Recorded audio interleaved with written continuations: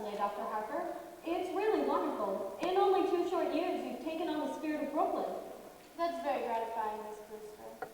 You see, living here next to the church all our lives, we've seen so many ministers come and go. The spirit of Brooklyn, we always say, is friendliness, and your sermons are not so much sermons as friendly talks. I've rather enjoyed my talks with Cardinal Gibson. Or have I met him yet? No, dear, not yet. Are the biscuits good? Fully. Oh, won't you have another biscuit, Dr. Harper? Oh, no, thank you.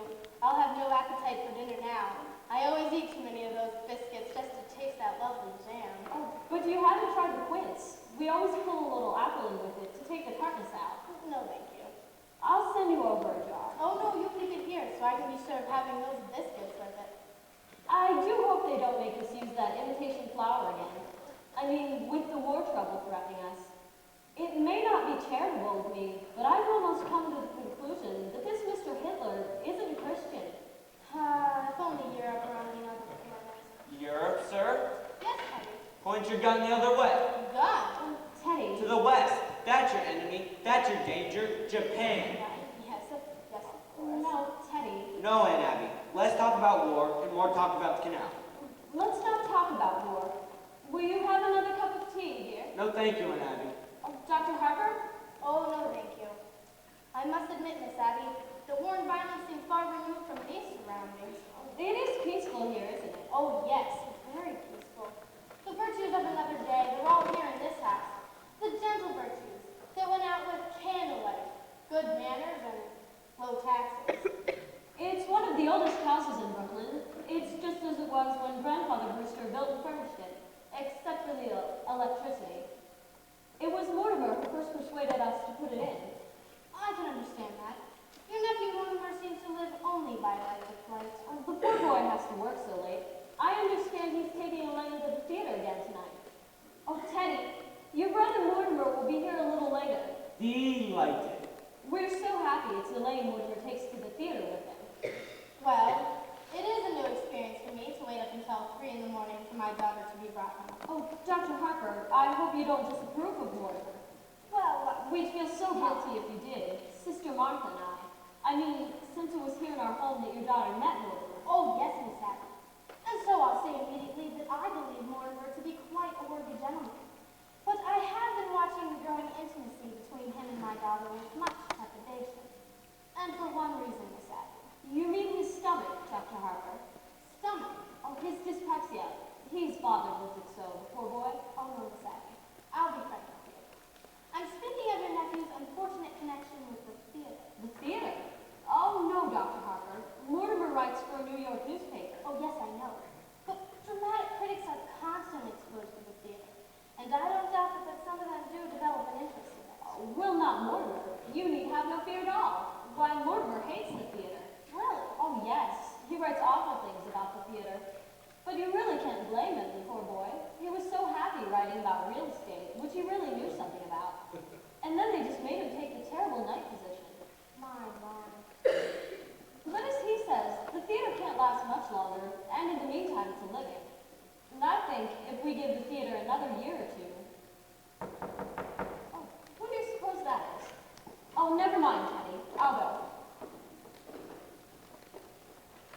Oh, come in, Mr. Brophy. Hello, Miss Brewster. How are you, Mr. Klein? Very well, Miss Brewster. Good afternoon, gentlemen. What news have you brought?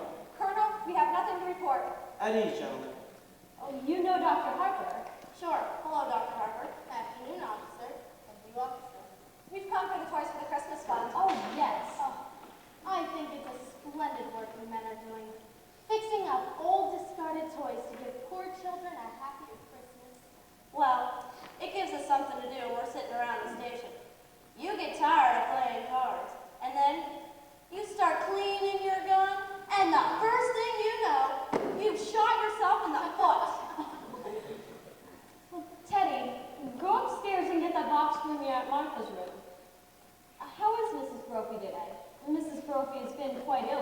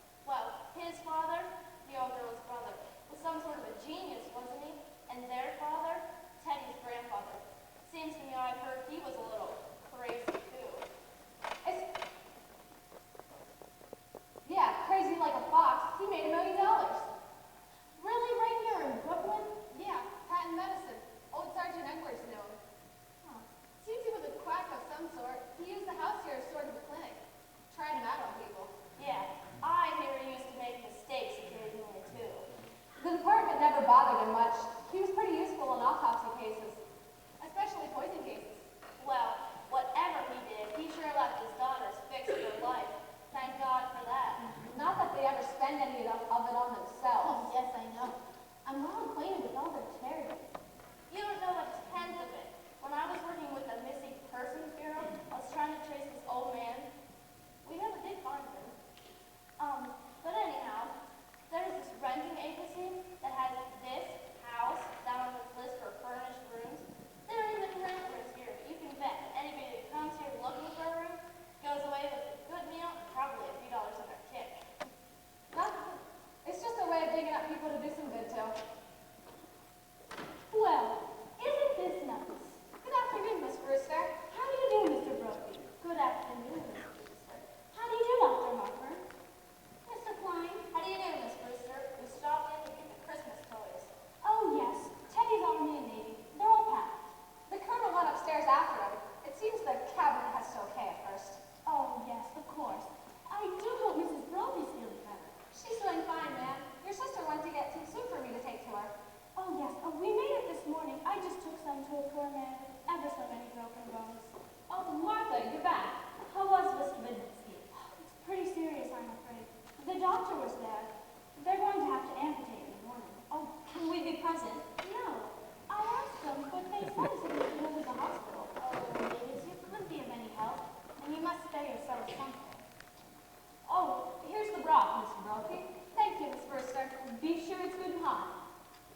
This is fine. It'll make a lot of kids happy. That's General Miles. I retired him. What's this? The organ? Oh, put it back, dear. But the organ goes to Australia. Now, Teddy. I gave my word to fighting Bob Evans. But Teddy, What's the difference what kid gets it? Bobby Evans, Izzy Cohen. We'll run along now, ma'am. Thank you very much. Oh, not at all.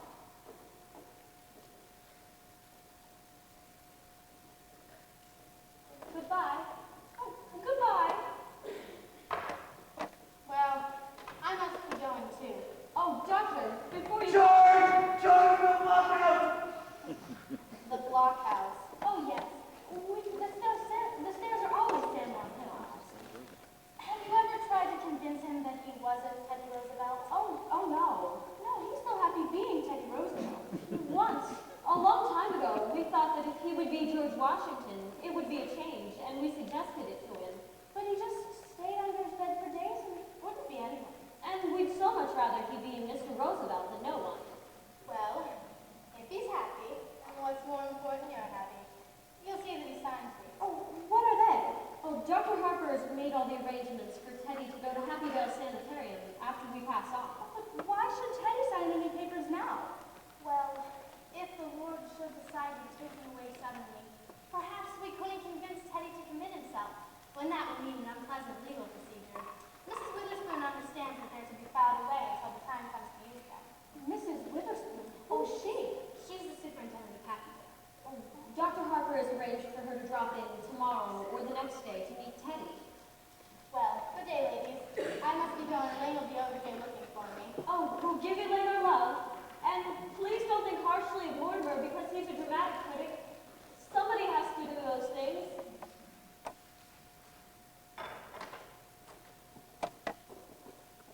Abby, did you just have tea? Oh, yes, dear.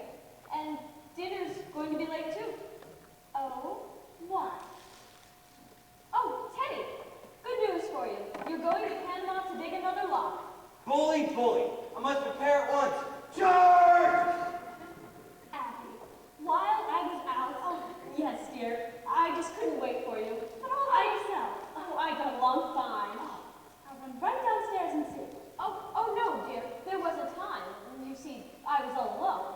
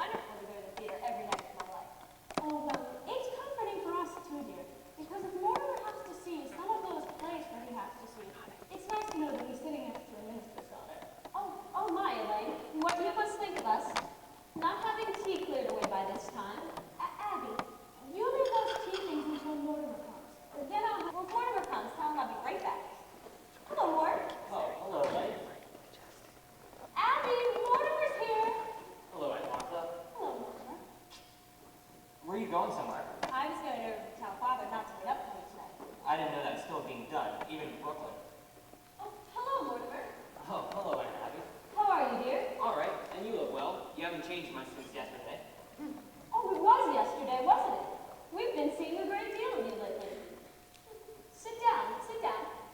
Oh, Abby, hadn't we something to do in the kitchen? You know, the tea things. Oh, yes. Well, you two just make yourselves at home. Just make yourselves at home. Well, can't you take a hint? No, that was pretty obvious. A lack of inventiveness, I should say. Yes, that's exactly what you'd say. Where do you want to go for dinner? I don't care, I'm not very hungry. Well, I just had breakfast. Suppose we wait till after the show. That'll make it pretty late, won't it? Not with the stinker we're seeing tonight. From what I've heard, we'll be at Bleak's by 10 o'clock. You ought to be fair to these plays. Are these plays fair to me? I've never seen you walk out of a musical. That musical's not opening tonight, dear. No? Darling, you'll have to learn the rules. With a musical, there's always 4 changes to title and 3 postponements. They liked it in New Haven, but it still needs a lot of work. Oh, well, I was hoping it was a musical. You have such a light mind. Not a bit. Musicals somehow have a humanizing effect on you. After a serious play, we join in the proletariat and listen to that lecture on drama. After a musical, take you home to taxi and make a few passes. Now, wait a minute, dear. That's a very inaccurate piece of reporting. Oh, I will admit that after the Bergen play, you told me I had authentic beauty. And that's a hell of a thing to say to any girl. Wasn't until after our first musical you told me I had nice legs. And I have, too. For a minister's daughter, you sure know a lot about life. Where did you learn it? In the choir loft. I have to explain that to you sometime, dear. The close connection between eroticism and religion. Oh, religion never decides the choir. Which reminds me, I better tell Father not to wait up. I've never been able to rationalize it. What? My falling in love with a girl from New York. Falling in love? You're not striving for the articulate, are you? The only way I can regain my self-respect is to keep you in New York. Did you say Keith? No, I've come to the conclusion that you're holding out for legalities. I can afford to be a good girl for quite a few years yet. And I can't wait that long. Where can we get married in a hurry? Say, I don't know, tonight. I'm afraid Father will insist on officiating. Oh, God. I'll bet your father can make even the marriage story sound desperate. Are you by any chance writing a review of it? Forgive me, darling. It's an occupational disease. You know, I may get that show tonight, good notice. Now, darling, don't pretend you love me that much. You better tell your father not to wait up tonight. I think tonight I'd better tell him to wait up. I'll telephone Mitchell to publish the band. Nevertheless, All right, everything formal and legal, but no later than next month. darling, I'll talk it over with Father and we'll set the date. Oh no, we'll have to consult the Zoloto list. There's going to be a lot of other first nights in October. Oh, hello, Mortimer. How are you, Mr. President? Bully, just bully. What news have you brought me? Only this, the country is squarely behind you. I know. Isn't it wonderful? Well, goodbye. Goodbye. Where are you off to, Teddy? Panama. Panama's a cellar. He digs lots for the canal down there. You're very sweet of him. He's very fond of you. Well, Teddy always was my favorite brother. Favorite? Were there more of you? There's another brother, John Early, too, with his teeth. Whatever became of him? I don't know. He wanted to become a surgeon like grandfather, but he wouldn't go to medical school, and his practice got him into trouble. Aren't you going to be late for the theater? We're skipping dinner. We won't have to start for half an hour. Oh, well then I'll leave you two alone again. Oh, don't bother, darling. I have to go home and speak with Father. Before I go out with you, he likes to pray over me a little bit. I'll take the short cut to the cemetery. I'll be right back. Well, if the prayer isn't too long, I'll have time to lead you beside distilled waters. Why, Mortimer, that's the first time I've ever heard you quote the Bible. We knew Elaine would be a good influence on you. Oh, by the way, I'm going to marry her. Oh, Mortimer. Martha, come in here. I've got wonderful news. Mortimer and Elaine are going to be married. Oh, Mortimer, I'm so happy. We hoped it would happen just like this. Oh, Elaine must be the happiest girl in the world. Happy? Just look at her leaping over those gravestones. Say, what's that? What's what, dear? That statue there. That's a Horrendina Carnina. Oh, no, dear. That's Annabeth Stout ascending to heaven. On Mrs. Stout's left ear. That bird. That's a red-crested swallow. I've only seen one of those before in my life. I don't know how you can think of birds now, with Elaine and the engagement and everything. It's a vanishing species. Thoreau is very fond of them. Oh, by the way, I left a large envelope around here sometime last week. It's one of my chapters on my book on Thoreau. Have you seen it? Oh, well, no, but if you left it here, it must be here somewhere. When are you going to be married? What are your plans? There must be something more you can tell us about Elaine. Elaine. Oh, Elaine thought it was brilliant. What, dear? My chapter on Thoreau. Well, when Elaine comes back, I think we should have a little celebration. We should drink to your happiness. Martha, isn't there some of that Lady Baltimore cake left? Oh, yes. And we'll open a bottle of wine. And to think that it happened in this room. Now, where could I put that? Well, with your fiancé sitting beside you tonight, I do hope the play will be something you can enjoy for once. What's the name of it? Murder will out. Oh, dear. When the curtain goes up, the first thing you'll see is a dead body.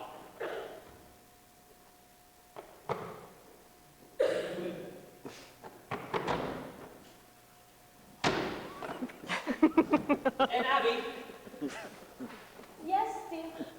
you were going to make arrangements for Teddy to go to that sanitarium Happydale, weren't you? Oh, yes, dear. It's all arranged. Dr. Harper was here today and brought the papers for Teddy to sign.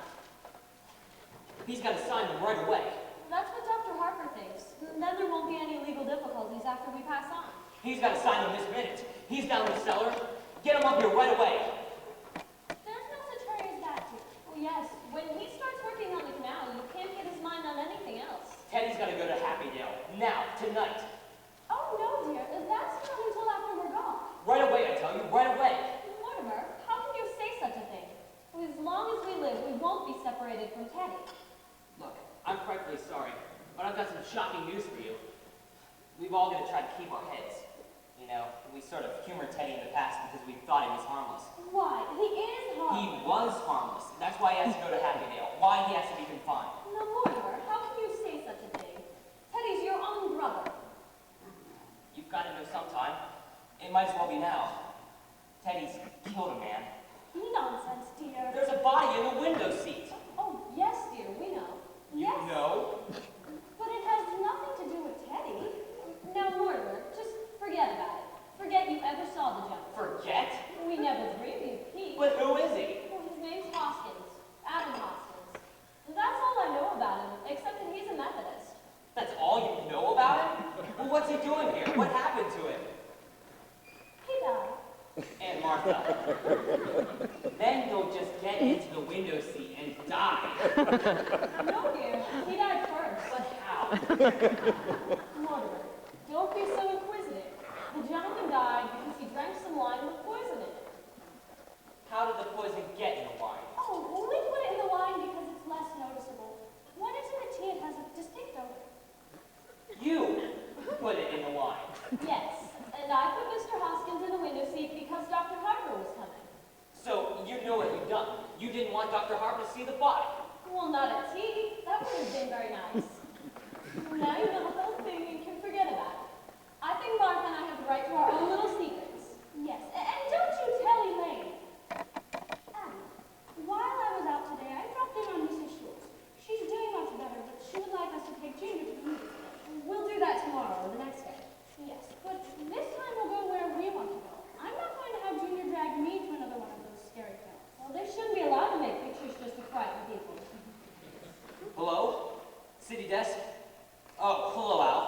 Do you know who this is? That's right. Before I left the theater, I told you where I was going, didn't I?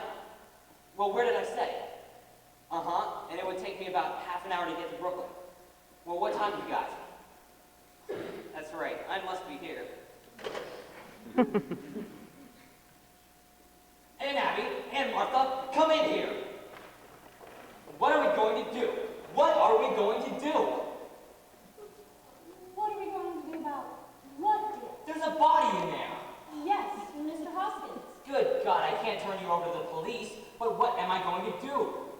Well, for one thing, stop being so excited. And for pity's sake, stop worrying. We told you to forget the whole thing. Forget it.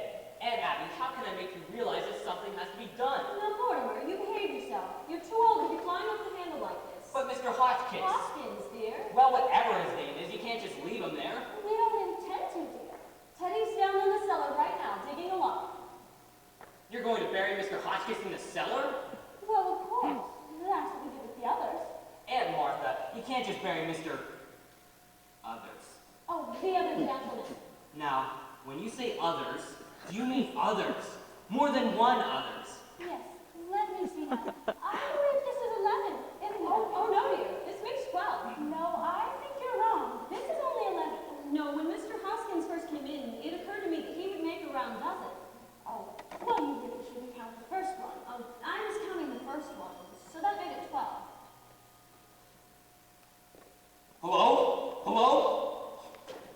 Oh, hello, Al. My, it's good to hear your voice. Oh, but he is in the cellar here. Shh. No, Al, I'm sober as a lark. I just called you because I was feeling a bit Pirandello. Pirandel, you wouldn't know, Al. Look, I'm glad you called. Get a hold of George right away. He's got to review the play tonight. And no, Al, you're wrong. I'll tell you about it tomorrow. Look, this is my department and I'm running it. You get a hold of George. Now, where were we? 12? Oh, yes. Abby thinks we had an Abby because he just died. Oh, Martha means without any help from us. You see, Mr. Midgley came here looking for a room. Yes, it was right after you moved to New York. And it didn't seem right your nice room should go to waste when there were so many people who needed it. Oh, he was such a lonely old man. Oh, all his kith and kin were dead, and it left him so forlorn and unhappy. We felt so sorry for him. And then when his heart attack came, and he sat dead, so peaceful, in that chair. Remember, Martha? Well, we decided then and there that if we could help other lonely old men to find that peace, we would. He dropped dead? Right in that chair? How awful for you. Oh, not at all, dear. It was rather like old times, actually. Your grandfather used to keep a cadaver or two around the house. You see, Teddy had been living in Panama, and he thought Mr. Midgley was a yellow fever. Well, that meant he had to be buried immediately. So we all took him down to Panama, put him in a box. You see, Morgan, and that's why we told you not to bother with it. We know exactly what's to be done. So that's how all this started. A man walking in here and dropping dead. Well, we can't count on that happening again. Morgan, do you remember all those jars of poison up on Grandfather's laboratory shelf for all those years? Oh, you know the knack Aunt Martha has for mixing things. You've eaten enough of her piccalilli. Well, now, for a gallon of elderberry wine, I take a teaspoonful of arsenic, a half teaspoonful of strychnine, and just a pinch of cyanide. Huh, should have quite a kick. Oh, as a matter of fact, one of our gentlemen found the time to say, how delicious. Well, I'll have to see about the things in it. Oh, I wish you could stay to dinner, dear. I'm trying out a new recipe. I couldn't eat a thing. Oh, I'll come in a moment and help you. Well, I feel better now that you understand. You have to wait for Elaine, don't you? Oh, how happy you must be. Well, I'll leave you alone with your thoughts.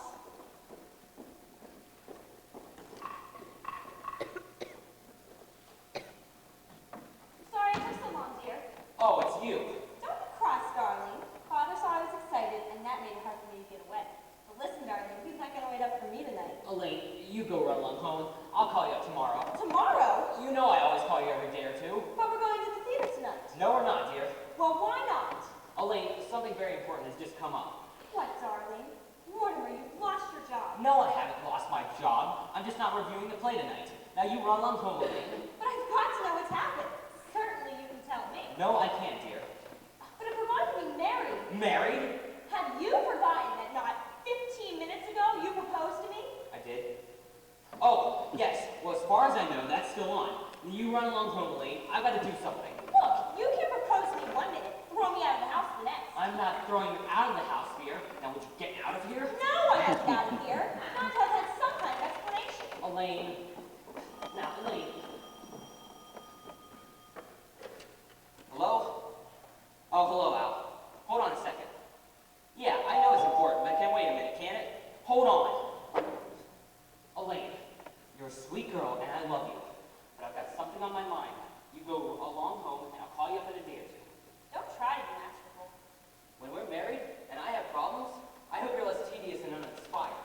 And when we're married, if we're married, I hope I find you happy. Elaine. Elaine. Elaine.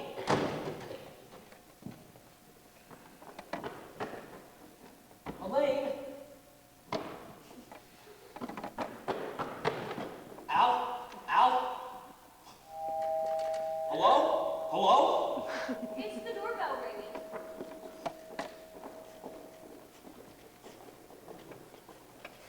Oh, how do you do? Come in. I understand you have a room to rent. Oh, yes. Won't you step in? Are you the lady of the house? Yes, I'm Miss Brewster, and this is my sister, another Miss Brewster. My name is Gibbs. Oh, won't you sit down? I'm sorry, we're just setting the table for dinner. Hello? Let me talk to Al again. Hello? City desk? Al?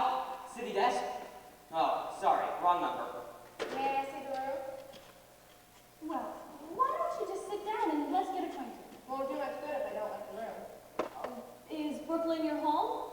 Haven't got him. Live in a hotel. Don't like it. Hello? City desk? Are your family Brooklyn people? Haven't got any family. All alone in the world? Why, Martha. Well, you've come to just the right place. Do sit down. Hello? Al? Mort. We got cut off. Look, Al, I can't review the play tonight. That's all there is to it. I can't. Where do you go to church? There's an Episcopal church practically next door. Presbyterian. Used to be. Well, what's George doing in Bermuda? Well, of course I told him he could go to Bermuda. It's my department, isn't it? Well, there's got to be somebody around the place. Is there always this much noise? Oh, he doesn't live with us. Well, what about the office boy? You know, the bright one, the one we don't like. All right, now hold on. May I see the room? Oh, well, it's upstairs. Won't you try a glass of our wine before we start up? Oh, it's elderberry wine, and we make it ourselves. Elderberry? I never tasted that since I was a boy. Well, there has to be some printers around the place. Look, the guy who says my copy, his name's Joe. He knows just about what I write. He's the third machine from the left. But Al, he might turn out to be another bird's mantle.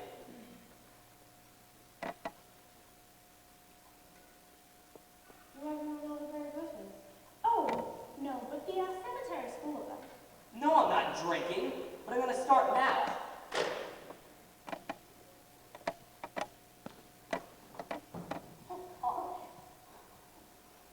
Oh, Mortimer, not that. Huh?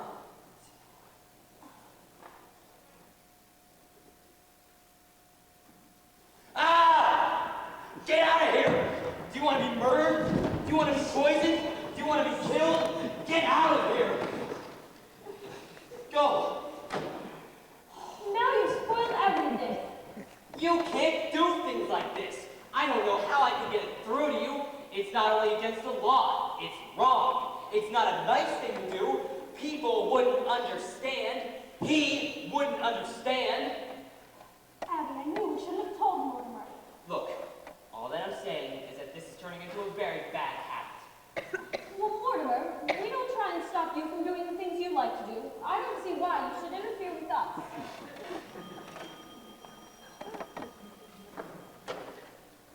Hello? All right, Al. I'll see the first act and I'll pan the hell out of it.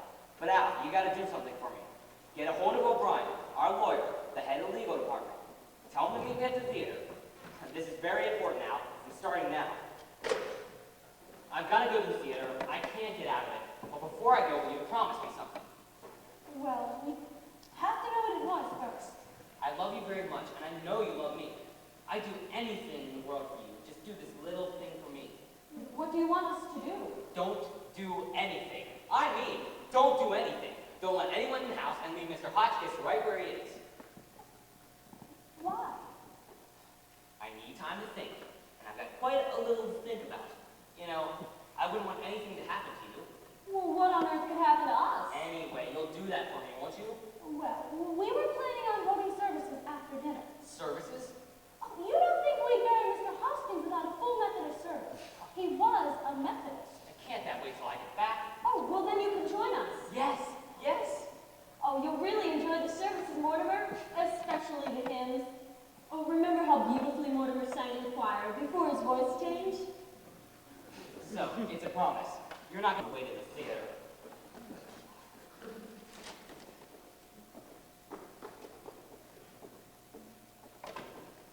Oh, Mortimer didn't seem quite himself today. Well, that's only natural. I think I know why. Why is that? Well, he's just become engaged to be married. I suppose that always makes a man nervous. Yes, I'm so happy for Elaine. And their honeymoon should give Mortimer a real vacation. I don't think he got much rest this summer. Well,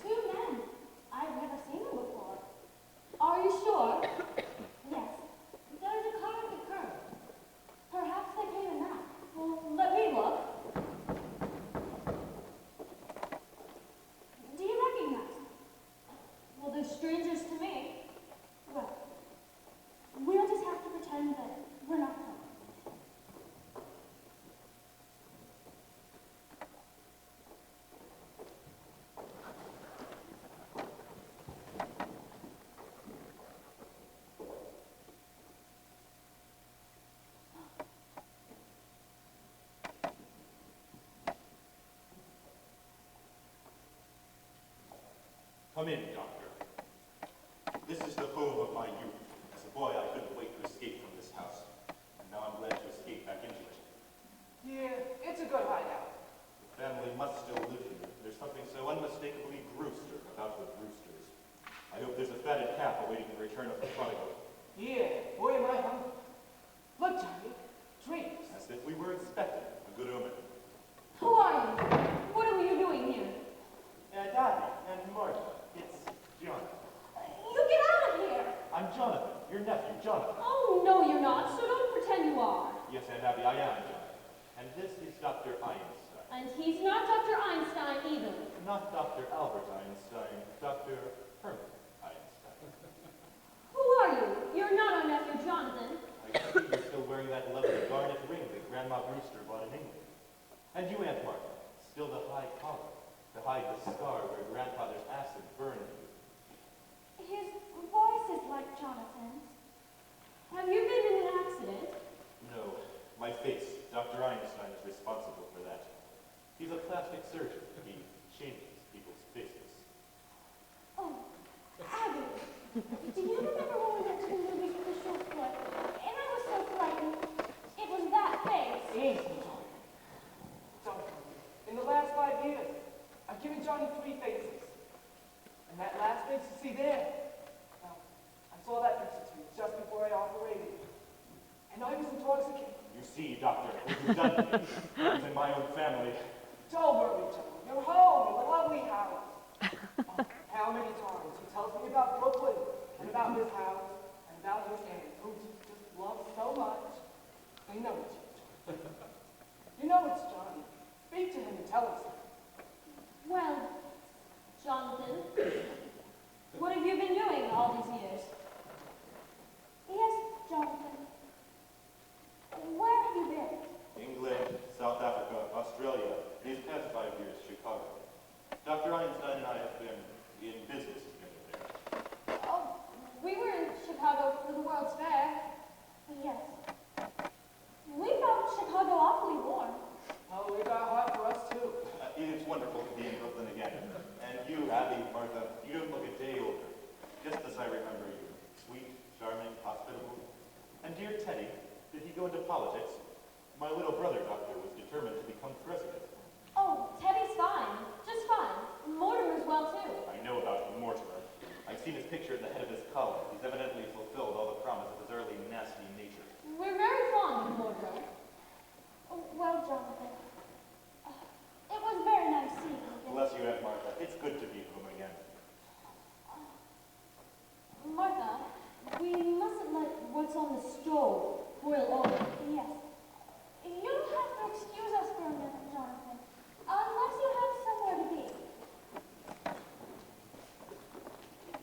Well, Johnny, where do we go from here? We gotta think fast. The police, they got pictures of that face.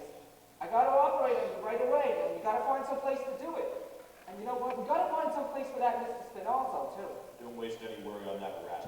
But Johnny, we got a hot stick on our hands. Forget Mr. Spinoza. We just can't leave the dead body in the road. You shouldn't have killed him, Johnny. He's a good man, and he gives us a lift. What happened? He said I look like Boris Karloff. That's your work, Doctor. You did that to me. Now, as soon as we find a place, I'll fix you up quick. Tonight. No, not tonight. I'm hungry and weak and tired. Jonathan, we're glad that you remembered us and took the time to drop in and say hello. But you were never happy in this house, and we were never happy while you were in it. So we've just come in to say goodbye.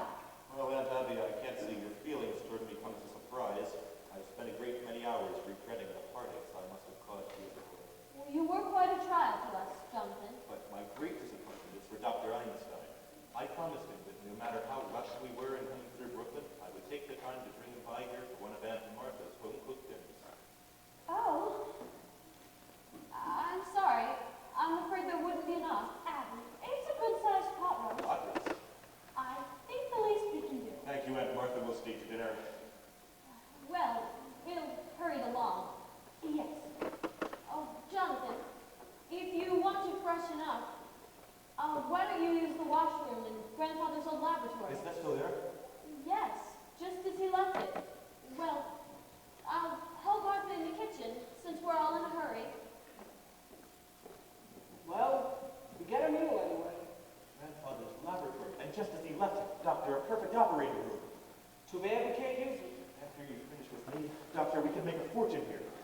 laboratory, that old ward in the attic, 10 beds. Doctor in Brooklyn is crying for your talents. Why work yourself up, Johnny? For Brooklyn, we're a year too late. You never know this town, Doctor. Practically everyone in Brooklyn needs a new face. But so many of the old faces are locked up. Very small percentage, and the boys in Brooklyn are famous for paying generously to stay out of jail. Take it easy, John. The Rams, they don't want to see it. We're here for dinner, aren't we? But after dinner, Leave that to me, Doctor. I'll handle it. This house will be our headquarters for years. oh, how beautiful. This nice, quiet house. And those aunts of yours, what sweet ladies. I love them already. I'll be getting the bags, all right? Doctor, you must wait until we're invited. But you just said, You will be. if they say no. Doctor, two helpless old women.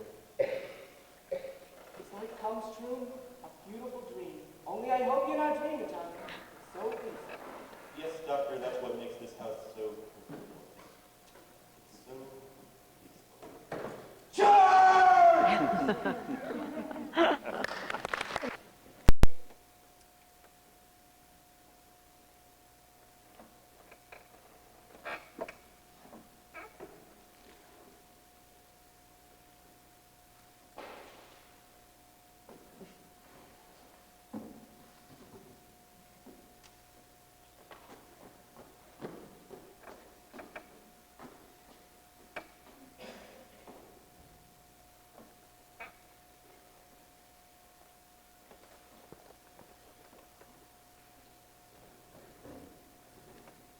It's all right, John.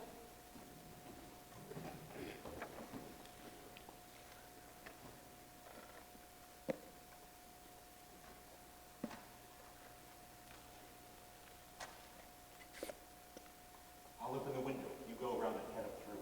He's too heavy for me. You go outside in first. I'll stay here and pull. And then together we'll get him down to Panama. All right, but be quick. I'll take a look around outside. When I tap on the glass, you open the window. Oh,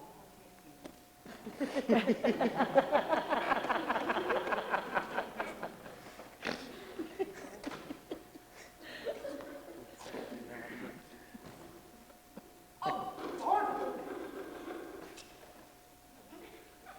Who left this open?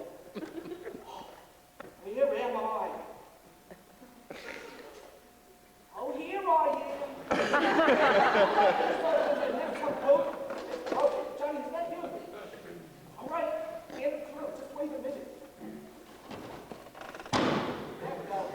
All right, I got him. Just wait a minute. Oh. Well, who's coming loose? All right, I got him. Do I hear knocking at that door?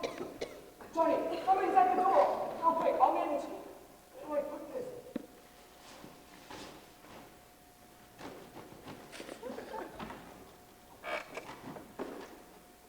Miss Abby, Miss Martha. Miss Abby, Miss Martha. Who is it? Is that you, Teddy? Who are you? Who are you? I'm Elaine Harper. I live next door. What are you doing here? I just came over to see Miss Abby and Miss Martha. Turn on the lights, Doctor. I'm afraid you've chosen a rather untimely moment for a social call. I think you better explain what you're doing here. We happen to live here. You don't live here. I'm in this house every day, and I've never seen you here before. Now, where are Miss Abby and Miss Martha? What have you done to them? Perhaps we'd better introduce ourselves. May I present Dr. Einstein, Dr. Einstein? a surgeon of great distinction and something of a magician. And I suppose you're going to tell me you're born... I'm Jonathan Brewster. You're Jonathan? I see you've heard of me. Yes, but just this afternoon. For the first time. And what did they say? Just that there was another brother named Jonathan. That's all it said. Well, that explains everything. I'll be on my way. If you'll kindly unlock the door.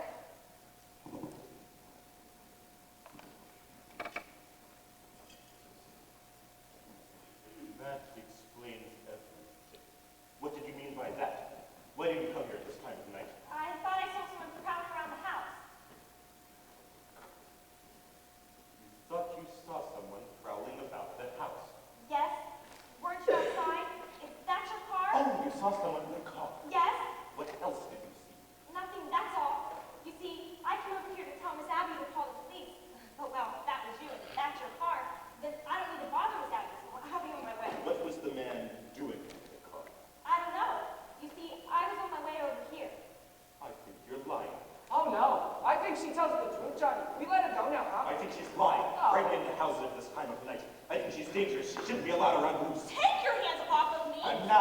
lady. It's gonna be a private funeral. Teddy! Teddy, tell these men who I am! Well, that's my daughter, Alice. No, no, Teddy! Teddy! Now, Alice, don't be such a tomboy. Play nice with young Joe. Teddy! Doctor, your handkerchief. Cop for the cellar. What's the matter? What's happening down here? What's the matter? What are you doing? We caught a burglar. Sneak thief. Go back to your rooms. I'll call the We police. call the police. We'll handle this. You go back to your rooms. Did you hear me? Don't answer that. It's Abby!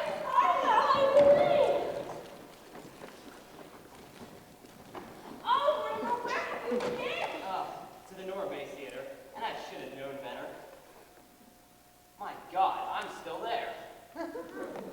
It's your brother Jonathan, dear. Now, I know this isn't a nightmare, but what is it? Come home, Mortimer. Who did you say that was again? It's your brother Jonathan. He's had his face changed. Dr. Einstein performed the operation on him. Jonathan, you always were such a horror. But do you have to look like one? He's... Mortimer, do you remember the things I used to do to you? Remember the time you were tied to fence? The needles under your fingers? I suggest you don't look for trouble now. Yes, I remember. I remember you as being the most detestable, vicious, venomous form of animal life I ever knew. Oh, no. Now don't you boys start quarreling again the moment you've seen each other. Don't worry, Aunt Abby. There won't be any fight. Jonathan, you're not wanted here, so get out. Dr. Einstein and I have been invited to stay. Oh, no, not in this house. Just for tonight. All right, tonight. But first thing in the morning, out. Where are they sleeping? Oh, we put them in Jonathan's room. But that's my old room. I'm moving into that room. I'm here to stay. Oh, Mortimer, I'm so glad. Johnny, we can sleep down here tonight. You bet your life you'll sleep down here tonight. You can sleep on the couch, and I'll sleep on this window seat, you know? The window seat. Oh, yeah. Well, let's not argue about it. I'll sleep on the window seat. Johnny, all this arguing, it just makes me think about Mr. Spinoza. Well, Mortimer, there's no real need to inconvenience you. We'll sleep down here and you can have the room. Jonathan, this sudden consideration for me is very unconvincing. Come, Johnny, we got our things out of the room, yes? Don't bother, Doctor. You know, Doctor, I've completely lost track of Mr. Spinoza. Well, Who's this Mr. Spinalzo? he's just a friend of ours, and Johnny's been looking for him. Don't you bring anybody else in here? It's all right, Johnny. While we pack, I'll explain everything. Oh, Mortimer, you don't have to stay there. I could sleep with Martha, and you could have my room. Don't trouble yourself, Aunt Abby. We'll be packed in a few minutes and then you can have the room, Mortimer. You're just wasting time, Jonathan. I told you I'm sleeping down here. Oh, hello, Elaine. Mortimer, What's the matter, dear? I've almost been killed. You've almost been Abby, Martha. It was Jonathan. Oh, you mistook her for a sneak thief. No, it was more than that. He's a kind of maniac. Mortimer, I'm afraid of him. Why, darling, you're trembling. Have you got any smelling salts? Oh, no. But do you make some hot tea or coffee? Coffee. Make some for me, too. And some sandwiches. I haven't made dinner. We'll get something for the boat. Oh, Martha, we can leave our purses downstairs here. You weren't going anywhere, were you? It's after 12. 12? Elaine, you go run along home. What? Why, Mortimer, you wanted some sandwiches for you and Elaine. It won't take us a minute. Yes, you remember we wanted to celebrate your engagement. That's just what we'll do. We'll have a nice little supper for you. And we'll open a bottle of wine. All right. No wine. Mortimer, what's going on in this house? What do you mean, what's going on in this house? You're supposed to take me to the dinner in the theater tonight. You called it off. You asked me to marry you. I said I would. 5 minutes later, you're throwing me out of the house. And then tonight, just after your brother tries to strangle me, you try to chase me home. Now, before I go home, I want to know where I stand. Do you love me? Yes. I love you very much. I love you so much, in fact, I can't marry you. Have you suddenly gone crazy? No, but it's only a matter of time. You see, insanity runs in my family. It practically gallops. That's why I can't marry you, dear. You've got to be better than that. No. Look, there's a strange taint in Brewster blood. If you really knew my family, it's what you would say if Strindberg ripped hell's a coffin. Now, just because Teddy... No, the whole family. The first Brewster. The one who came over on the Mayflower. You know, in those days, the Indians used to scalp the settlers. He used to scalp the Indians. Mortimer relate to ancient history? No, and take my grandfather, for instance. He tried to patent medicine out on dead people so he wouldn't kill them. He wasn't so dumb. He made $1 million. And then there's Jonathan. You said he was a maniac. He tried to kill you. But he's your brother, not you. I'm in love with you. And then there's Teddy. You know Teddy. He thinks he's Roosevelt. Even Roosevelt thinks he's Roosevelt. No, dear. I realize now that no Brewster should marry. If I met my father in time, I would have stopped him. Now, all this doesn't prove you're crazy. I mean, just look at your aunts. They're roosters, aren't they? And the sanest, sweetest people I've ever met. Even they have their peculiarities. And what lovely peculiarities they are. Kindness, generosity, human sympathy. There's another one. There's plenty of others. You can't tell me anything about your aunts. I'm not going to. Look, Elaine, something very important has just come up. Up from where? We're here, alone together. Look, I know I'm acting irrationally. Just put it down to the fact that I'm a mad rooster. If you think you're going to get out of this by pretending you're insane, you're crazy. Maybe you're not going to marry me, but I'm going to marry you. I love you, you dope. Well, if you love me, will you get the hell out of here? Will you please walk me home? I'm afraid. Afraid? A little walk to the cemetery. Mortimer, will you please say goodnight? Of course. Good night, dear. I'll call you in a day or two. You critic. Aunt Abby, come in here. What do you want, Mortimer? Where's he laid? I thought I told you not to let anybody in the house when I was gone. Well, Jonathan just walked in. I don't mean Jonathan. Well, Dr. Einstein was with him. I don't need Dr. Einstein. Who is that in the window seat? Oh, we told you. It's Mr. Hoskins. It is not Mr. Hoskins. Well, who can that be? Are you trying to tell me you've never seen this man before? I certainly am. Why, this is a fine having you. It's getting so anyone thinks he can walk into our house. Now, don't try to get out of this. This is another one of your gentlemen. Mortimer, that man's an imposter. Well, if he came here to be buried in our cellar, he's mistaken. Aunt Abby, you admitted to me that you put Mr. Hoskins in the window seat. Well, yes, I did. Well, this man couldn't have just gotten the idea from Mr. Hoskins. By the way, where is Mr. Hoskins? Oh, he must have gone to Panama. You buried him? Well, not yet. He's just down there waiting for the services, the poor dear. We haven't had a moment, what with Jonathan in the house at all. Jonathan. We've always wanted to hold a double funeral, but we're not going to read services over a perfect stranger. A stranger? How can I believe you? There are 12 men buried in your cellar, and you admitted to me that you killed them. Well, yes, I did. But you don't think I'd stoop to telling a fib? Martha! Morton, I'd like to have a word. A word's all you'll have time for, Jonathan. I've decided that you and your doctor friend are going to have to get out of here and as far away as quickly as possible. Mortimer, I'm glad you recognize the fact that you and I can't live under the same roof, but you have arrived at the wrong conclusion. Take your bags and get out. Jonathan, you're beginning to bore me. You've had your one-night stand for life. Move on! Mortimer, just because you graduated from the back bench to the typewriter, don't think you've grown up. I'm staying. You're leaving. I mean now. If you think I can be frightened, if you think there's anything I I've fear, led a strange life, Mortimer, but it's taught me one thing, to be afraid of nothing. Martha, you just look at what's in that window seat. Now, Abby, Jonathan, let Aunt Martha see what's in that window seat. And Abby, I owe you an apology. And I've got some very good news for you. Jonathan is leaving. Jonathan, you're my brother. You're a Brewster. I've given you the chance to get out of here and take the evidence with you. You can't ask for more than that. All right. In that case, I'll have to phone the police. don't reach for that telephone. Are you still giving me orders after seeing what happened to Mr. Spinozzo? And also, I knew he was a foreigner. Remember, what happened to Mr. Spinozzo can happen to you. Oh, hello. Oh, hello, Officer O'Hara. What can we do for you? Well, I saw your lights on. Thought there might be a sickness in the house, but you've got company. Sorry I bothered you. No, come in. Oh, yes, come in. Yes, come right in, Officer O'Hara. Oh, this is our nephew, Mortimer. Pleased to meet you. Oh, and this is another nephew, Jonathan. Pleased to make your acquaintance. Well, it must be nice having your nephews visiting you.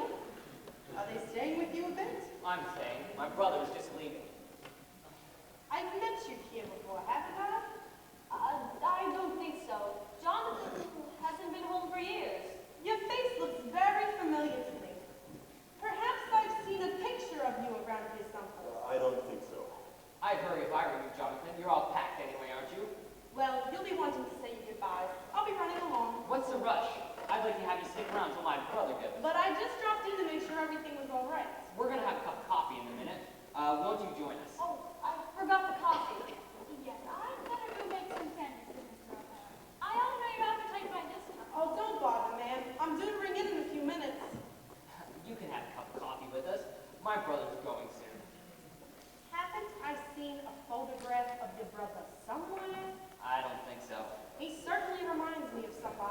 He probably looks like somebody you've seen in the movies. I never go to the movies. I hate them. My mother says the movies is a bastard art. Yes, it's full of them. Your mother said that. Yeah, she was an actress. A stage actress. Perhaps you've heard of her. Peaches Latour? Sounds like a name I've run on the program. But what did she play? Well, her big hit was Mutt and Jeff. Played it for 3 years. I was born on tour, 3rd season. Sioux City, Iowa. I was born in Mother's dressing room at the end of the 2nd act, and she even made the finale.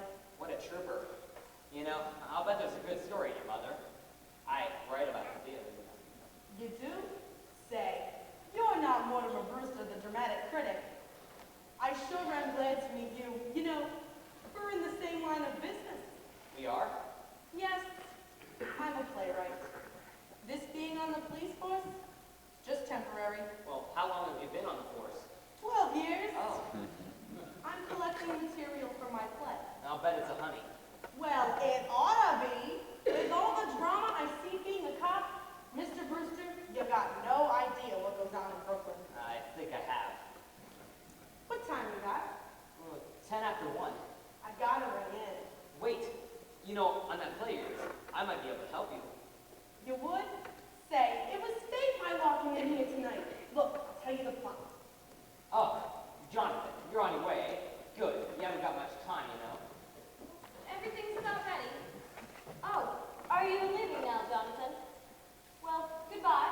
Goodbye, Dr. Einstein. Oh, doesn't this case belong to you? Yes, Jonathan. You can't go without all your things. Well, O'Hara, it was nice meeting you. We'll get together, talk about your play. Though I'm not going anywhere now, Mr. Brewster. Well, why not? Well, you just offered to help me write my play, didn't you? You and me, we're gonna write my play together. No, O'Hara, I can't do that. You see, I'm not a creative writer. I'll do the creating. You just put the words in. But O'Hara, No, sir, Mr. Brewster, I ain't leaving this house till I tell you the plot. In that case, Mortimer, we'll be running along. don't try that, Jonathan. You're taking everything with you. Well, O'Hara, it was nice to meet you. Come on. I can wait. I have been waiting for 12 years. I'm sorry I was so long. Don't bring that in here. O'Hara, will you join us for a bite in the kitchen? The kitchen? Oh, Jonathan's leaving. Oh, that's nice. Come with me, Officer O'Hara. Mr. O'Hara, you don't mind eating in the kitchen? Why, where else would you eat? Oh, well, goodbye, Jonathan. It was nice to have seen you again. I'm glad you came back to Brooklyn, Jonathan, because it gives me a chance to throw you out. And the first one out is your boyfriend, Mr. Spinalzo. Hey, Mr. Brewster, we can talk in here. No, O'Hara, I'll be in a minute. I might have known you grow up to write a play with the police. Get going now, all 3 of you. Doctor, this affair between my brother and me has got to be settled. Now, Johnny, we got trouble enough. Let's get going, yeah? Not going anywhere. This goes back many years. Come on, let's go. We're staying right here tonight. With the cough in the kitchen, and that Mr. Spinalzo sitting in that window seat. That's all they've got of us, Doctor. We'll take Spinalzo down and dump him in the bay. That done, we're coming back here. And then, if he tries to interfere... Now, Johnny, Doctor, you know when I make up my mind. when you make up your mind, you lose your head. I'm telling you, Brooklyn, it ain't a good place for you. Come on. Doctor! All right. We gotta stick together. And you know what? Someday, we're gonna get stuck together to a 25 to life. So, I guess if we're staying here, we have to take these with us. No, leave him here. Hide him in the basement. Spinalzo didn't go out the same way he came in.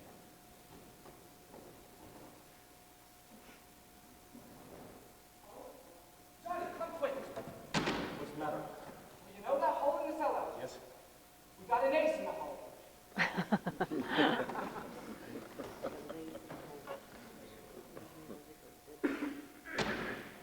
Jonathan. Jonathan. Jonathan. Yes, what? Where have you two been? I thought I told you. Oh, you're not, are you? You want the police to know it's in that window seat. You're staying right here. All right, fine. Officer O'Hara! Mortimer, if you tell O'Hara what's in the window seat, we'll tell them what's in the cellar. The cellar? There's an elderly gentleman down there who seems to be very dead. What were you doing in the cellar? No. What's he doing in the cellar? No, thank you, ma'am. I've had plenty. They were fine. What are you going to say to Officer O'Hara? Hey, your aunts want to hear this too. Shall I bring them in here? No, O'Hara, you gotta ring in. Oh, the hell with bringing in. I'll bring in your aunts and I'll tell you the plot. Not in front of all these people. Look, we'll get together, alone, later. Say, how about the back room at Kelly's? Fine, you go ring in, and I'll meet you at Kelly's. Why don't you two go down in the cellar? That's all right with me. Is this the cellar? No! Look, we'll go to Kelly's, but you're going to ring in on the way, aren't you? All right, it'll only take a couple of minutes. I'll ditch this guy and be back in 5 minutes. I expect to find you gone. Wait for me. We'll wait for it, Doctor. I've waited a great many years for a chance like this. We got him where we want him. Did he look it? Take the bags back up to our room, Doctor. Have they gone? Oh, we thought we heard someone leave. Just Mortimer. They'll be back in a few minutes. Is there anything left in the kitchen? I think Dr. Einstein and I would enjoy a bite. You won't have time. Yes, if you're still here when Mortimer gets back, he won't like it. Oh, he'll like it. He's gotta like it. Fix something for us to eat while we bury Mr. Spinaldo in the cellar. Oh, no, he can't stay in our cellar, Jonathan. You've got to take him with you. No, there's a friend of Mortimer's downstairs waiting for him. Friend of Mortimer's. He and Mr. Spinaldo will get along fine together. They're both dead.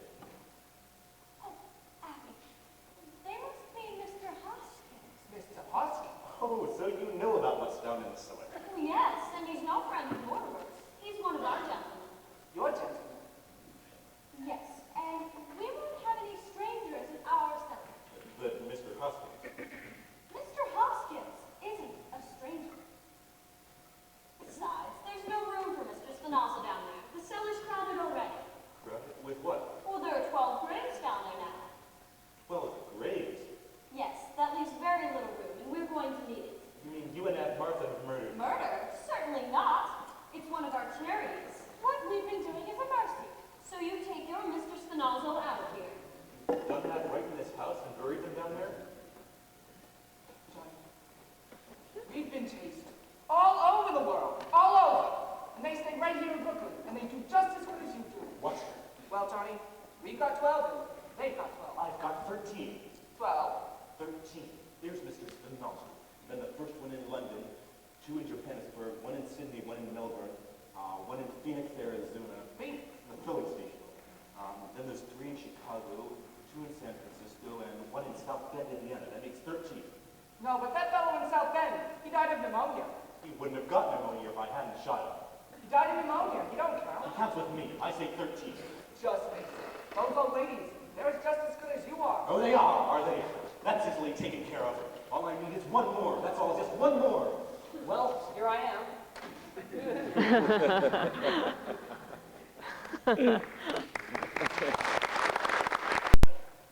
is our house, and this is our cellar, and you can't do that.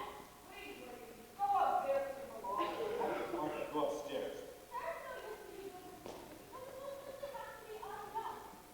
I tell you, we won't have it. You'll find out. You'll find out whose house this is. I'm warning you, you'd better stop. Hasn't Mortimer come back yet?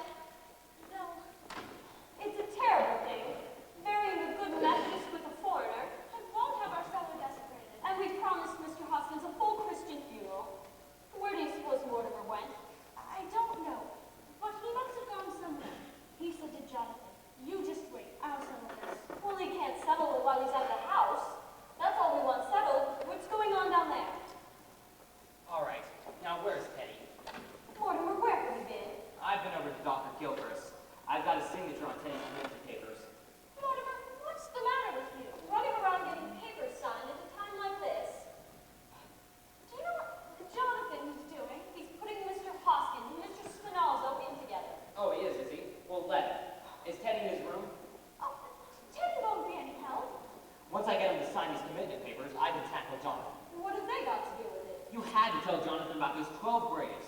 If I can make Teddy responsible for those, I can protect you. Don't you see? No, I don't see. And we pay taxes to have the police protect us. I'll be right down. Come on, Martha. We're going for the police. All right. The police? You can't go for the police. Why can't we? Well, if you told them about Mr. Spinozzo, they'd find Mr. Hoskins, and that might make them curious, and they might find the other gentleman. Mortimer, we know the police better than you. I don't think they'd pry into our personal affairs if we asked them not to. Well, if they found the other gentleman, they'd have to report at the headquarters. I'm not so sure they would, dear. They'd have to write out a very long report. And if there's one thing a police officer hates to do, it's to write. You can't depend on that. It might leak out. You couldn't expect a judge and jury to understand. Judge Coleman, we know him very well. Oh, he always comes to church to pray just before the election. Oh, and he's coming here to tea someday. He promised. Oh, yes, we'll have to speak to him again about that, Abby. His wife died a few years ago, and it's left him very lonely. You can't do this. I won't let you. You can't leave this house, and you can't have Judge Coleman to tea. Well, if you're not going to do something about Mr. Spinozzo, then we are. But I am going to do something. We might have to call in the police later, but if we do, I want to be ready for you. You've got to get Jonathan out of this house. Will you please let me do this my own way? Now, I've got to see Ted. Well, Mortimer, if they're not out of here by morning, we're going for the police. They'll be out. Now go to bed, will you? And for God's sake, get out of those clothes. You look like Judith Anderson. Well, that's a relief, Abby. Yes, if Mortimer's doing something about Jonathan at last, then he's just going to a lot of unnecessary trouble. We'd better tell him.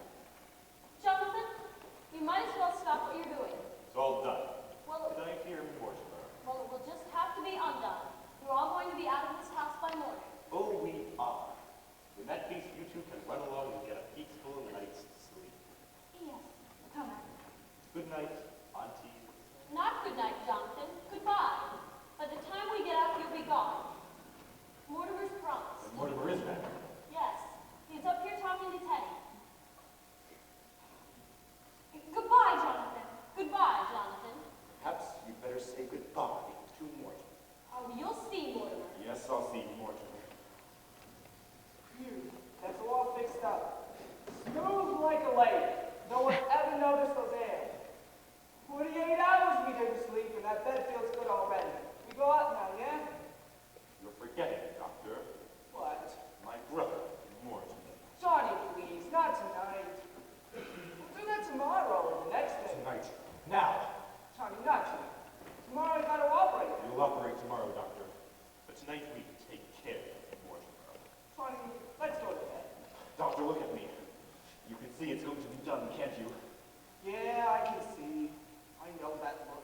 It's a little late for us to dissolve our partnership. Okay, so we do it. But the quick way, eh? That quick twist like in London.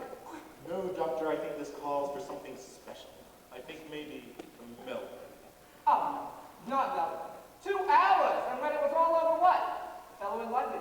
Just as dead as the fellow in Melbourne. We had to work too fast in London. Melbourne. There was something to remember. Remember, I wish I didn't. No, Johnny, not me. Not Melbourne, Yes, no Doctor, way. where are your instruments? I won't do it, Johnny. I Get won't. your instruments! No, Johnny. Where are they? You hid them in the cellar. Where? I won't tell you. I'll find them, Doctor. No, you won't. Let me in.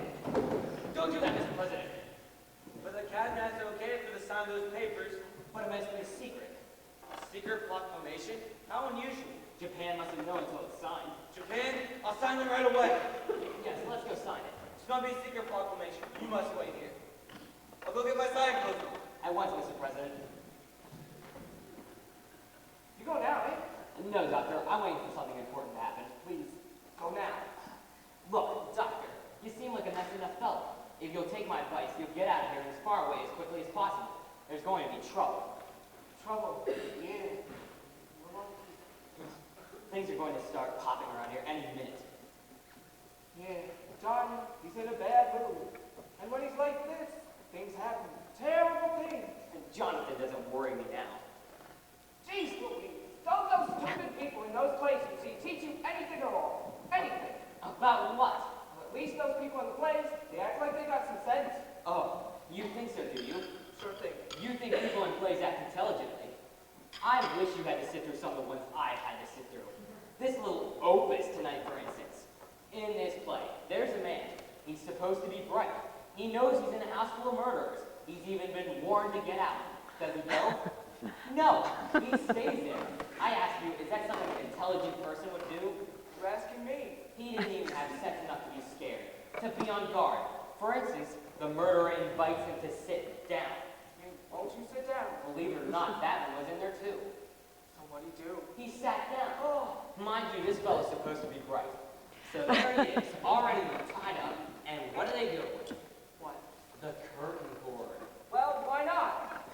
Good idea, pretty convenient. A little too convenient. When our playwright's gonna use some imagination? The curtain cord. So, you didn't see him get it? See him. He sat there with his back to him the whole time. They say the critics are killing the theater. It's the playwrights who are killing the theater. So, there he sat, his big dope, already be tied up again.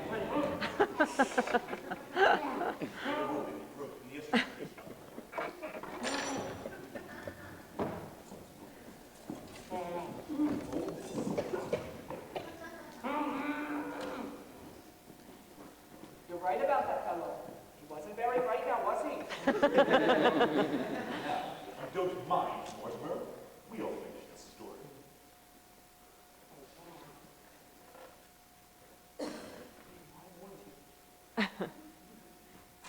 Mortimer, I've been away for 20 years. But never, my dear brother, were you out of my mind. In Melbourne one night, I dreamt of you. When I landed in New York again, I felt a strange satisfaction. Once again, I was in the same country.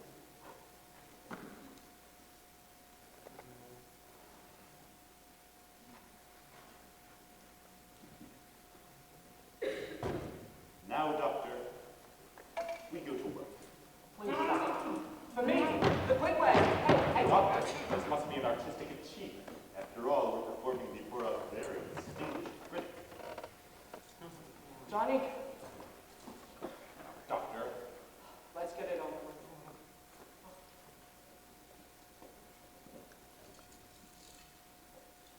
Oh, Johnny, I gotta have a drink first. I can't do this without a drink. pull yourself together, Doctor. No, Johnny, I have to have a drink. Remember when we came in this morning? There was wine here. Remember where she put it? Oh, yeah, here it is.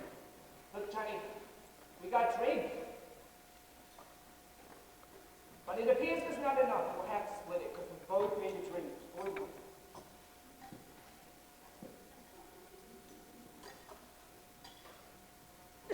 Doctor, where are your manners? Yes, Mortimer, I realize now that it was you who brought me back to Brooklyn. We drink to you. Doctor, to my dear, dead brother. Damn that idiot! He goes next, that's all. He goes next. No, not Teddy. That's where I thought. Oh, jeez. We'll get to it later. No, we won't get to the minute off. Now we have to work fast. Yeah, quickly, eh? Yes, but quick way. Hey, the colonel's gotta quit blowing that horn. It's all right, officer. We've taken it away from you. Well, I better speak to him myself.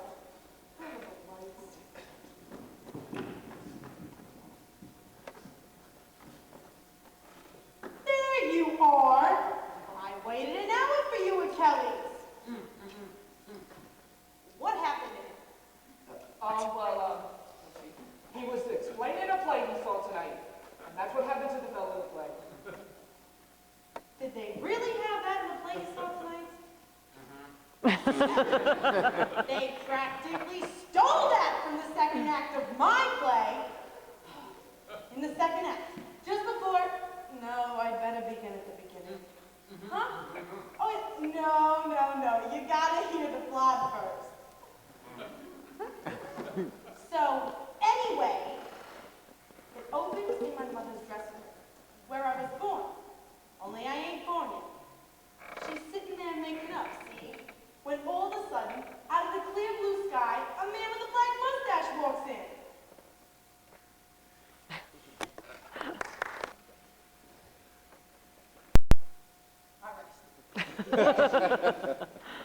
Lying on the table, unconscious, in a lingerie. He's standing over her with the hatchet. I'm tied up in the chair, just like you are. The place is an inferno of flames. It's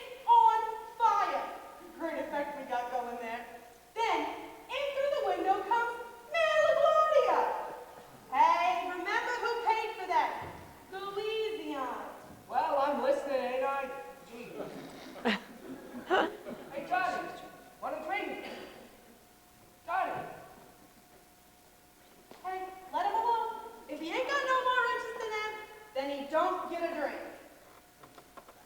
All right. It's 3 days later. I've been transferred, and I'm under charge. That's because somebody stole my badge. All right? So, I'm walking my beat, Staten Island, 46th precinct, and all of a sudden, the guy that I'm following, it turns out he's really following me. Don't let anybody in. So, I figures I'll outsmart it. There's a vacant house in the corner. I goes in. It's the cops. Oh, I stands there in the dark, and I sees the door handle turn. hey, Johnny, the gig's up. The cops are here. I braces myself against the wall, pulls out my gun and says, "Come in!" Oh, hello, boys. What the hell is going on here? Hey, Pat, what do you know? This is Mortimer Brewster. He's gonna help me write my play. I was just telling him the story. Did you have to tie him up to make him listen? You'd better report him at the station. The whole force is out looking for you. Did they send you boys here to look for me? We didn't know he was here. We came to warn the old ladies that there's hell to pay. The colonel blew that bugle again in the middle of the night. The way the neighbors had been calling in about it, you'd think the Germans had dropped the bomb in Flatbush Avenue. The lieutenant's on the warpath. He says the colonel's got to be put away someplace. Yes. Well, Mr. Brewster, I gotta go. But I'll run through the third act quick. Get away from me!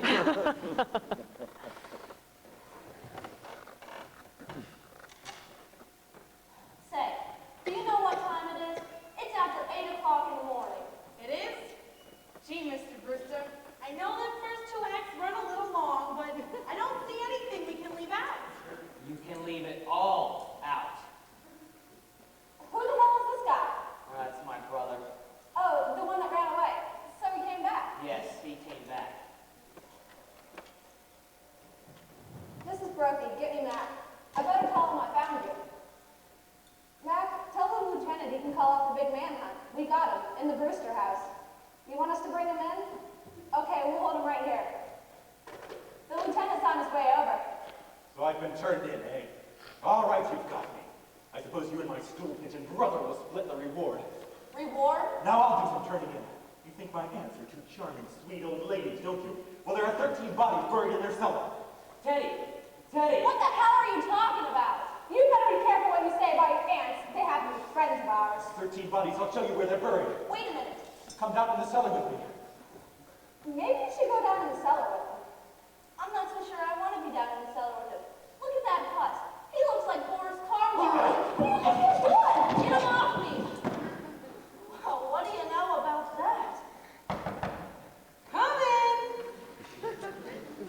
What the hell are you men doing here? I thought I told you I was going to handle this. Well, sir, we was just... What happened? Did he put up a fight? This isn't the fellow who floats the bugle. This is his brother. He tried to kill Klein. All I said was he looked like Boris Karloff. Turn him over.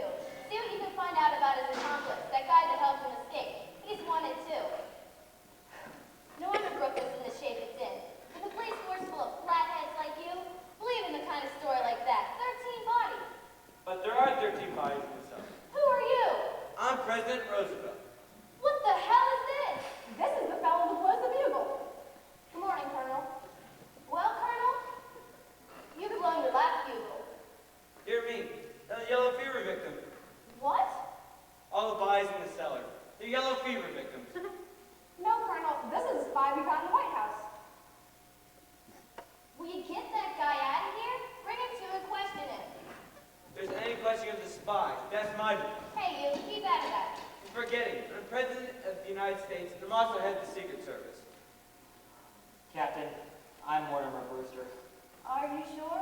I'd like to talk to you about my brother, Teddy, the one who blew the bugle. Mr. Brewster, we ain't gonna talk about that. He's gotta be put away. I quite agree with you, Captain. In fact, I've had Teddy's commitment papers signed by Dr. Gilchrist. He's just signed them himself, and I've signed his next of kin. Where's he going? Happydale. All right, I don't care where he goes as long as he goes. Oh, he's going all right. I just want you to know that everything that's happened here, Teddy's responsible for. Now, those 13 bodies in the cellar. Yeah, those 13 bodies in the cellar. It ain't enough. He's scaring the neighbors with the bugle blowing, but now he's starting a yellow fever scare. Cute, ain't it? 13 bodies. Do you think anybody would believe that story? You never know. Some people are just dumb enough. You don't know what to believe sometimes. A year ago, over in Greenport, a crazy guy started a murder rumor, and I had to dig up a half-acre lot just to prove that the... Excuse me. Good morning, Mortimer. Oh, hello, dear. This is Mrs. Witherspoon. She's come to meet Teddy. To meet Teddy? Mrs. Witherspoon is superintendent of Happydale. Oh, come right in. This is Captain... Lieutenant Rooney. I'm glad you're here, Super. He's going along with me today. Today? I had no idea. No, not today. I've got a lot of business to attend to, Elaine. You go run along home. Not this time. I didn't realize it was this convenient. The papers are all signed. He goes today. It's insubordination. I'll show them I'm no mollycoddle. What's this country coming to when the president's treated this way? There's your man, Super. Just a minute. Mr. President, I've got some very good news for you. Your term of office is over. So March 4th already? Practically. Now let's see. What do I do next? Oh yes, I'm going on a hunting trip to Africa. I must prepare at once. Is he trying to move in before I moved out? Who, Teddy? Taft. That's not Mr. Taft, Teddy. That's Mrs. Witherspoon. She's going to be your guide in Africa. Bully. Pleasure to meet you. When safari comes, tell him to wait for me. Goodbye, Aunt Martha. Goodbye, Aunt Abby. Going to Africa. Isn't it wonderful? Charge! Hello, Mortimer. Good morning, darlings. Oh, good morning, Elaine. Well, we have visitors. This is Lieutenant Rooney. Oh, well, Lieutenant, you don't look like the plus-budget policemen say you are. Why, the lieutenant is here. You know, Teddy blew that bugle again last night. Oh, yes, and we're going to talk to him about that. It's a little more serious than that, Miss Brewster. And you haven't met Mrs. Witherspoon. She's the superintendent at Happydale. How do you do? Oh, you've come to meet Teddy. She's come to take him. Aunties, the police want Teddy to go with them today. Oh, no. Oh, not as long as we're alive. I'm sorry, but it has to be done. The papers are all signed, and he's going with the superintendent. We won't permit it. We promised to take the bugle away from him. We won't be separated from Teddy. I'm sorry, but it has to be done. The papers are all signed, and he's going today. Well, if he goes, we're going too. Yes, you'll have to take us with him. Well, why not? Mr. Brewster, I'm afraid that's not possible. You see, we can't take sane people to have to go. Mrs. Witherspoon, if you'll let us live there with Teddy, we'll see that Happydale is in our will, and we're very generous about it. Lord knows we've used money, but I'm afraid. Now let's be sensible about this, ladies. Here I am, wasting my morning when I've got serious work to do. You know, there are still murders to be solved in Brooklyn. Yes. Oh, are there? Yeah, it ain't only his bugle blowing, and the neighbors all afraid of him, but sooner or later we'd be put to the trouble of digging up your cellar. Our cellar? Yeah, your nephew's telling around that there are 13 bodies buried in your cellar. Oh, but there are 13 bodies buried in our cellar. And yes, if you think that's why Teddy has to go, why, you just come down with us right now and we'll prove it to you. No. The lieutenant doesn't want to go down to the cellar. He was just telling me that last year he had to dig up half-acre lot. Weren't you, Lieutenant? Oh, he doesn't have to dig here. The graves are all marked. We put flowers on them every Sunday. Flowers? Superintendent, don't you think you can find room for these ladies? Well, Oh, you come along with us and see the graves. I'll take your word for it, ladies. I'm a busy man. I'm not sure. They have to be committed. Well, Teddy committed himself. Can't they do it? Can't they sign the papers? Yes, if we could go there with Teddy, we'll sign the papers. Where are they? Oh, yes, where are they? He's coming around, Lieutenant. Oh, good morning, Mr. Klein. Oh, good morning, Mr. Klein. Didn't know you were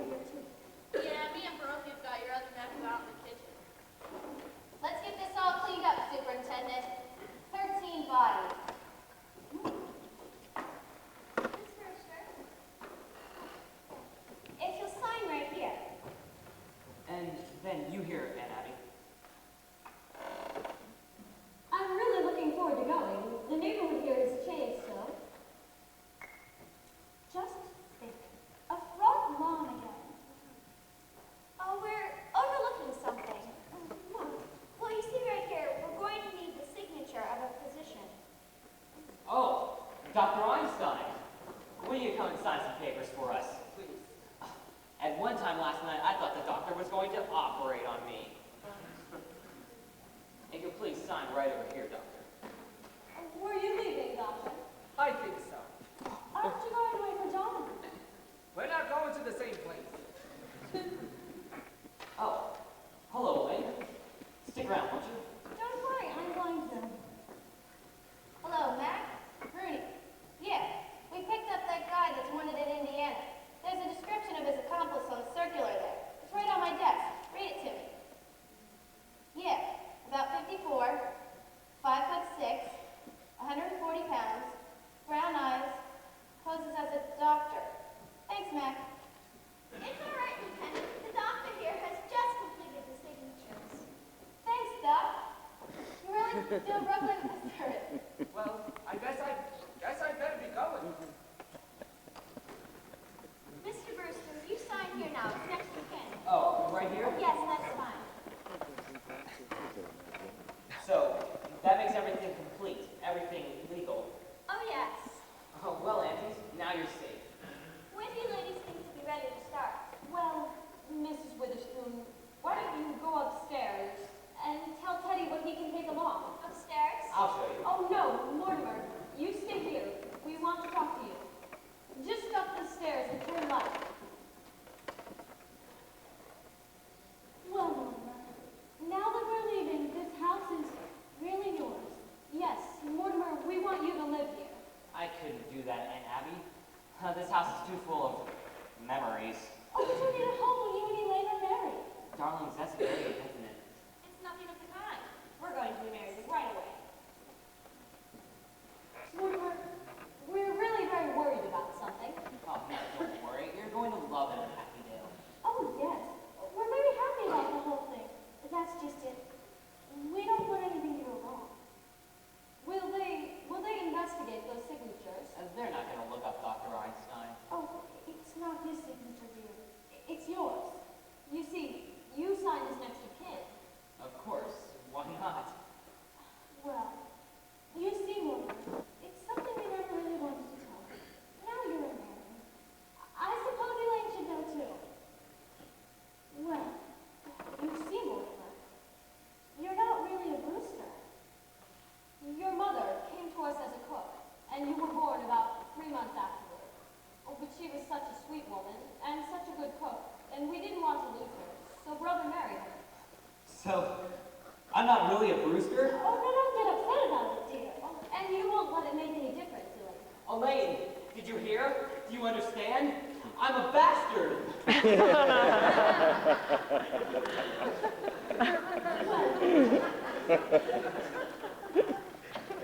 going to go see about some breakfast. Oh, don't bother, darling. Mortimer's coming to my house. Father's gone to Philadelphia. We're going to have breakfast together. Yes, I need some coffee. I've had quite a night. Oh, well, in that case, Mortimer, I should think you'd want to get to bed. I do. Wait a second, Mrs. Witherspoon. Hold this. We won't need the wagon. My car's out front. Oh, are you leaving now, Jonathan? Yes, he's going to Indiana. Some people out there want to take care of him for the rest of his life. Come on. Well, it's nice to know you have someplace to go. Goodbye, Aunt Abby. Goodbye, Aunt Martha. Oh, we're leaving too. We're going to Happy Dad. In this house is seeing the last of the Brewsters. Unless Mortimer would like to live here. I have a suggestion. Why don't you donate the property to the church? Well, we never thought of that. After all, it should be a part of the cemetery. Well, I would be able to better my score now, but neither would you. At least I have that consolation. The score stands even, 12 to 12.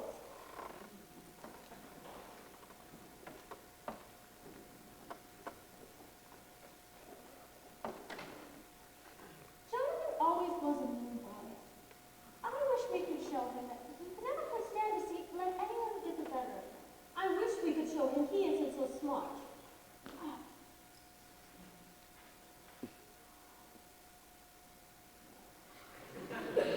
Mrs. Witherspoon, does your